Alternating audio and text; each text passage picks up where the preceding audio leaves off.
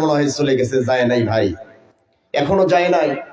যদি তাই হতো সিলেটের একজন দ্বীনি আলেমী দ্বীন মুফতি আলী আকবর ভাই, তিনি কোরআনের ময়দানে এই ইসকনের বিরুদ্ধে কথা বলার কারণে, ইসকনের বিরুদ্ধে স্লোগান তোলার কারণে, অন্যায়ের প্রতিবাদ করার কারণে, এই সন্ত্রাস বাহিনীর বিরুদ্ধে স্লোগান তোলার কারণে ময়মনসিংহের মুসলমানেরা এই আলী আকবর ভাইকে দাওয়াত করে নিয়ে মারধর করেছে, আঘাত করেছে। এই ইসকনের 5টা গোলাম সন্ত্রাস বাহিনীরা। কথা বলেন, কথা ঠিক কিনা? আমরা আজকের মাহফিল থেকে এই অন্যায়ের প্রতিবাদ নিন্দা জানাই।